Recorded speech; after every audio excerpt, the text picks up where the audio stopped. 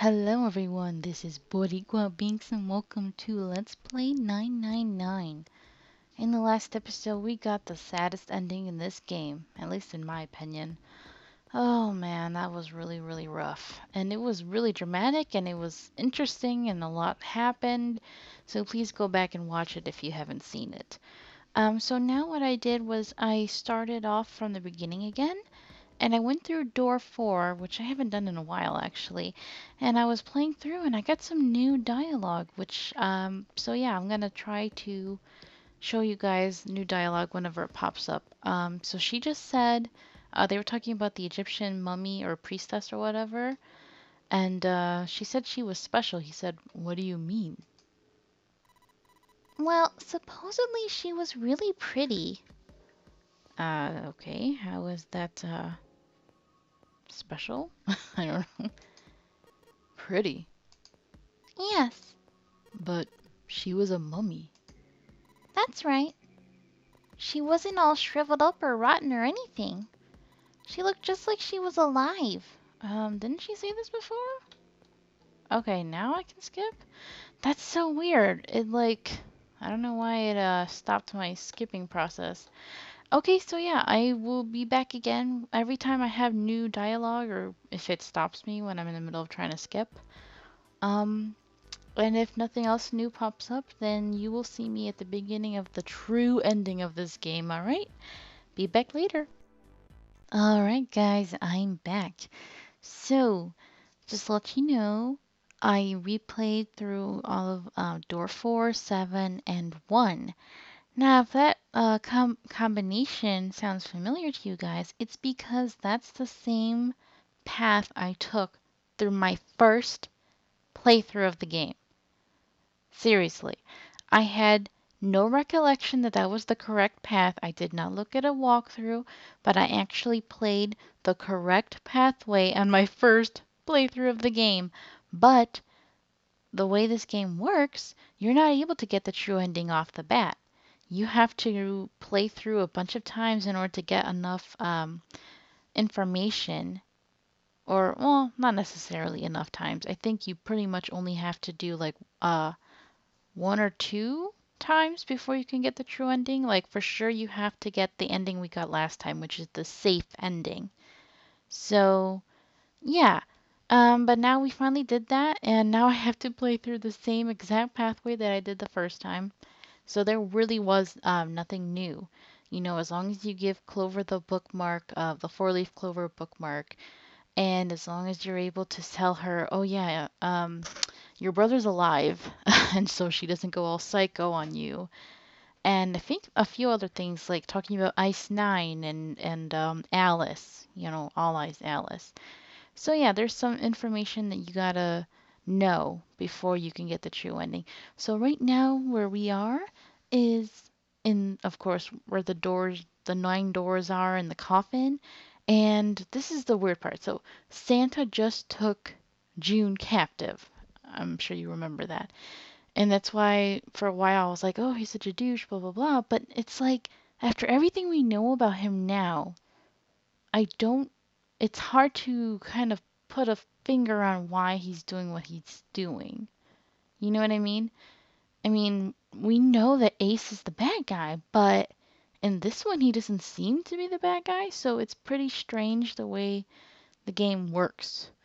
So let's just see what's gonna happen now because I stopped at this point because now we know in another timeline we know who's in this coffin. We know it's Snake. And now Junpei, Clover, and Seven are left behind because he took Ace and Lotus with him in June. So the thing is that we didn't find the safe in this timeline. We didn't go through door 5. So how are we going to open the coffin and get Snake out? I don't know. So let's see, guys. Clover looked down at her hand and traced with her finger the faint blue veins that crisscrossed them.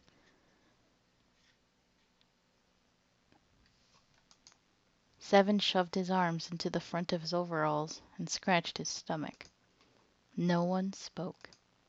Silence made the air feel thick and oppressive. Desperate for something, anything to occupy his mind, Junpei walked to the larger of the two 9 doors. He stood in front of it and looked at the red. It read engaged. He moved to the smaller door. And let me see how much further. Oh, okay, I can still jump. So I'm just jumping ahead. Here we go. Junpei and Seven looked at one another. Shh, quiet. There we go, the knocking. Okay, so the three of them listened, trying to determine where the sound was coming from. Could it be? Okay, let's open it. They try to get a good grip. Can't do it. Come on, keypad. Not another one. Yeah, looks like it. Do you think we have to put in the right password or it won't open? I think so. The noise wasn't stopping. In fact, it was getting louder. They want it out now. What are they supposed to do? Without a passcode, it didn't seem like there was a lot they could do. They couldn't even tell how many numbers the passcode needed to be. Isn't there a hint somewhere? Well, let's look for one. Okay, it didn't seem anything. What was the passcode? What was Junpei supposed to do? How was he supposed to figure it out? He needed something. And this is where we left off, and the first ending we got, which is the coffin ending, which is really creepy. It just zooms in and you hear the knocking and you're like, damn, you can't find out who's in there. But look, new text.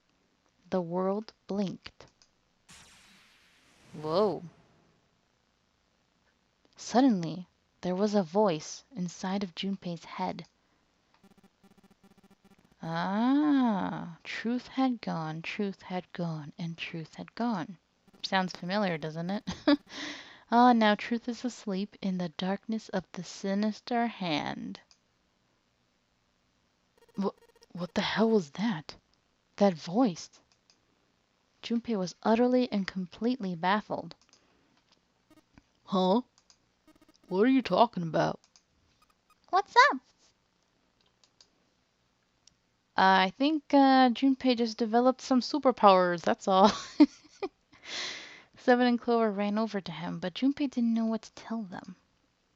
If he told them he'd heard a voice, they'd laugh, or worse, think he was going insane. I'm trying to adjust my mic, sorry. So all he said was, "Oh, nothing." He cleared his throat a little too loud and looked pointedly down at his bracelet. There were a pair of small buttons protruding from either side of it. Junpei pressed the buttons on the bracelet. Remember, it's right, left, right, left, right, left. Right, left, right, left, right, left. There we go.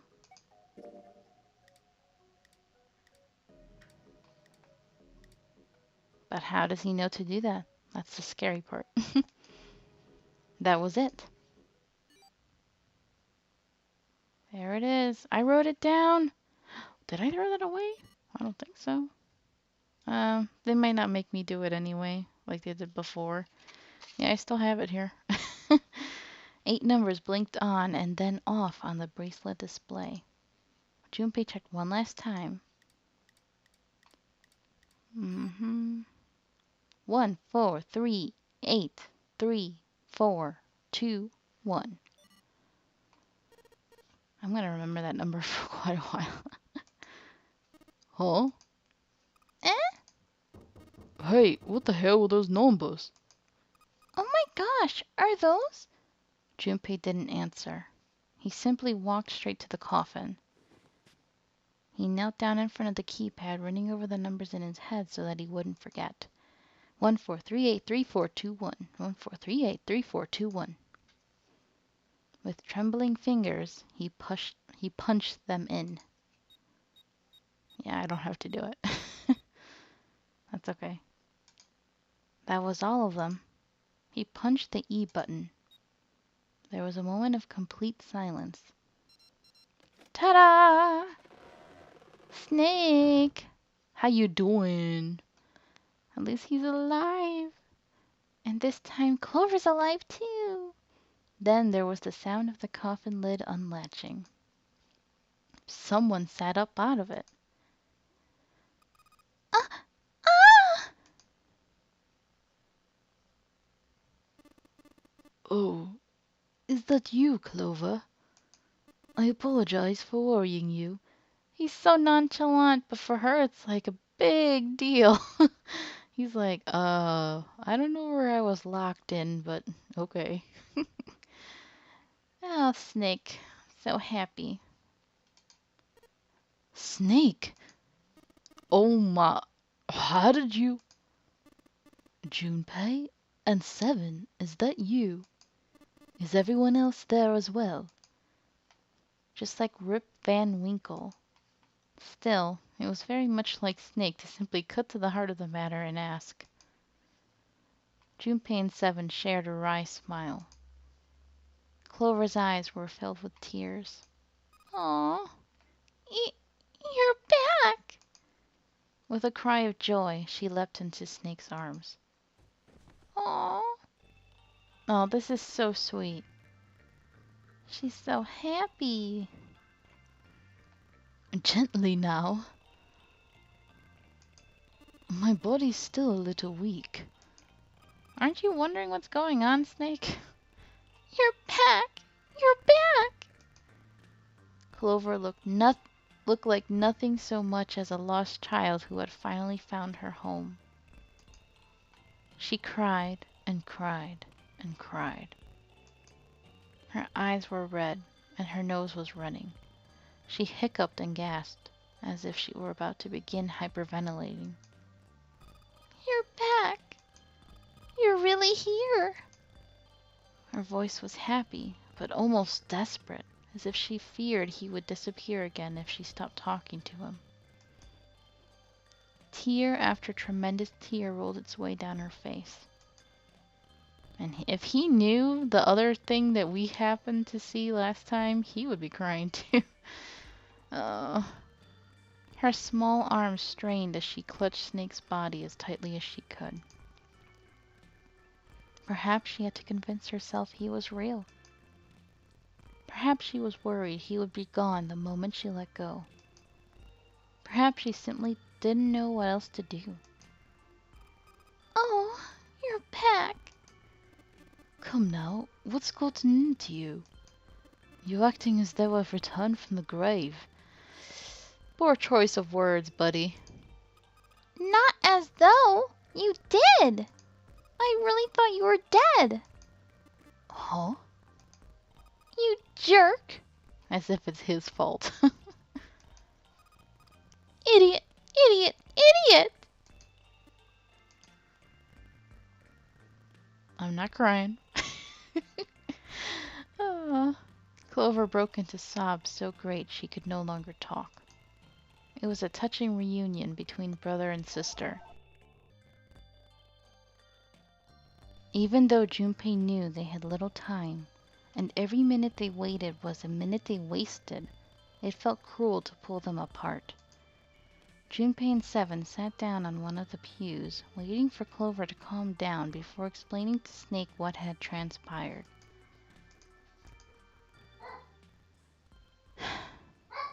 Dang it, doggy. Be quiet. Stupid dog. Ugh. Starts barking all the time. Alright. I see. I believe I understand things rather well now. Thank you. In the shower room, there is a dead body wearing my clothes. Because of that, you thought that I was dead. Correct? He had quickly and neatly summarized the events of several hours. Junpei nodded. You also discovered a corpse in the captain's quarters, and Santa turned on you here in this room. Do I have it straight? Seven had been rather surprised to learn of the dead body in the captain's quarters. Oh yeah, we didn't tell him, huh? With everything that had taken place, Junpei had simply forgotten to mention it to him. Well then, I've got a pretty decent idea of what happened while I was indisposed, but it's still something of a mystery who did all this and why. The corpse in the shower room that looked like me, and the corpse in the captain's quarters. Why were they killed in the way they were? You don't know? No. Why would I?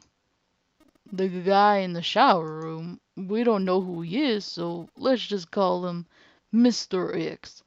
Well, that's similar to my guy X. Anyway, this Mr. X is wearing Snake's clothes. But you're wearing some kind of weird robes. Yes, very familiar robes too.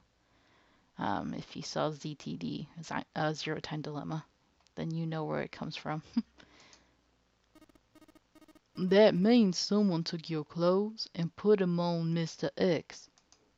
We need to figure out who that was. I apologize, but I have no idea who might have done this to me. I only just now woke up. I was unconscious during all the events you just described to me. Huh. They must have undressed me and changed my clothes during that time. When were you knocked out? When we split up to look for the red. Where did they get you? Do you remember? It was a small room in one of the hallways on C deck. What happened? The same thing that happened to every one of us when we were abducted. A can releasing some sort of gas was thrown into the room. I believe the gas is some sort of incapacitating agent. Then that means it was... Zero. Looks that way, huh? And there's nothing else I have to tell you. When I woke up, I was in this coffin. Junpei crossed his arms and thought. Why had Zero made Mr. X wear Snake's clothes? We know why. Based on the last ending. It was all to trick Ace. I'm so sorry, guys. Please just try to ignore my dog. I don't know what's wrong with him. He's just going off on every little thing. How had the results of that trick benefited Zero? It was a mystery. Junpei couldn't make sense of it. He also didn't have a satisfactory explanation for how he discerned the key code for the coffin. Yeah, that's strange, huh? It just didn't make sense. Truth had gone, blah blah blah. What did that mean? Did it mean anything? And why had Junpei felt compelled to push the buttons on the bracelet after hearing them? Seven had asked him about it while they waited for Clover to finish crying. He'd had no answer for him then, and he still didn't. All he could say was that it seemed to have been a subconscious reaction. His fingers had simply moved of their own accord. It was the only explanation that made any sort of sense, and it made almost no sense. Junpei had no idea what any of it meant. Let me see the time. I'll keep going for a few more minutes. His mind was a maelstrom of mysteries, clues, theories, and more mysteries. He could barely think. And of course, Snake and Clover had been subjects in a similar experiment 9 years ago. Yes, the morphogenetic field. Epiphany and danger. And... yeah, someone died. A girl. Her name was what? We don't know. There had been another experiment conducted on the same ship 9 years ago. A girl had died during it. Showing all the puzzles we've been solving. Morphogenetic field theory. The two murders. Switching clothes. The nonary game. And whatever strange thing was happening to Junpei himself. The maelstrom in his head spat out words and ideas that disappeared back into it almost as soon as he grasped them. But as he struggled through them, Junpei began to realize something. There was something that tied all of them together. 0. He was the ringleader, the person who had trapped 9 people on a sinking ship. 0 knew everything. If they could uncover 0's identity, all of their questions would be answered. Who was 0? Junpei had the beginnings of a theory. Especially based on what just happened right now. Come on now. If he could only test it.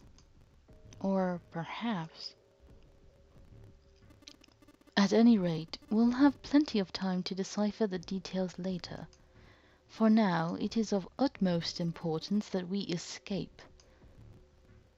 Junpei, it was 4:30 the last time you checked the clock, yes? That means we have less than an hour. We must hurry. Hey, how are we gonna get out of here? Isn't that obvious? Through the other number 9 door. Yeah, we have the perfect combination right now, huh? Kind of suspicious, isn't it? Very convenient. Compared to last time when poor Snake had to crush his fake arm. Alright. Oh yeah. Yeah, you're right. With Snake, we can open the door. Don't tell me you hadn't figured that out. As they sniped back and forth, Junpei glanced at Snake's left hand. He was wearing a bracelet with a 2 on it. Come on, you gotta tell me these things. I assumed you'd figured it out. Gah, forget it. Let's just get going. 7 stomped off toward the smaller number 9 door. Clover, Snake, and Junpei followed. 7 quickly laid his hands on the red. An asterisk appeared on the screen. Junpei and the others followed suit and laid their hands on the scanner panel. And this is interesting. I just noticed something. So, in the ending last time, Ace had taken Lotus through the smaller number 9 door, which is the one we're going through right now. This time, Santa took everybody through the bigger door, and we're going through the smaller door. And they're facing opposite directions, so that must mean something, right? Interesting. Alright. Soon there were 4 asterisks, I cannot pronounce that word sometimes, on the screen. 7 glanced at them, then laid his hand on the lever of the red. Alright. You guys ready to go? Yes. Yep. Junpei paused for a moment. Not yet. What? Huh? Before we go in, I'd like to check something. You want to check something? Yeah, but before I do, 7, could you pull the lever? I want to make sure we can verify with just the 4 of us. What do you mean? We don't need... Just do it, alright? Oops, I gave him a little accent there on accident. But if the door opens, don't go in yet, okay? Huh, that's kind of strange. Please. This is really important. I really need to check this, okay? Work with me here. Junpei looked directly into 7's eyes. The older man looked back for a moment, then nodded. Fine.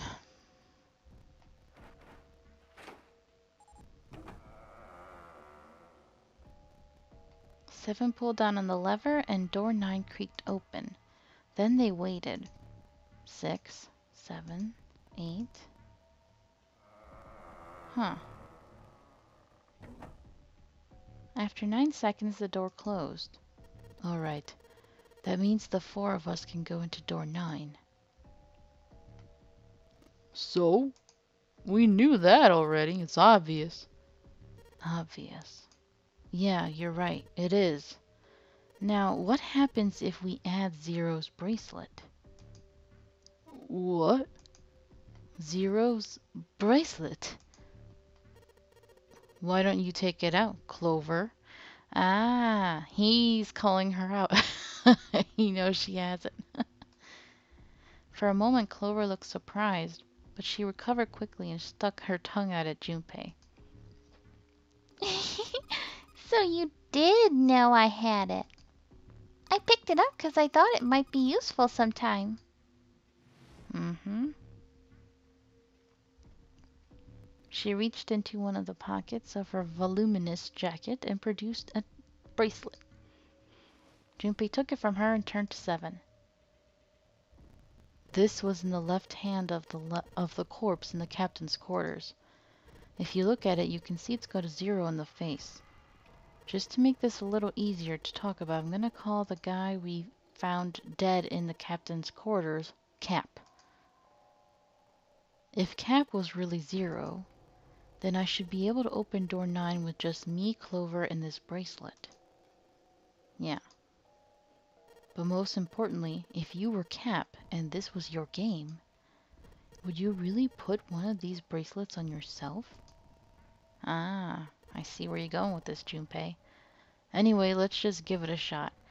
And we will do that in the next episode. Thank you guys so much for watching. I hope you're enjoying this, and until next time, hope you have a nice day. Bye.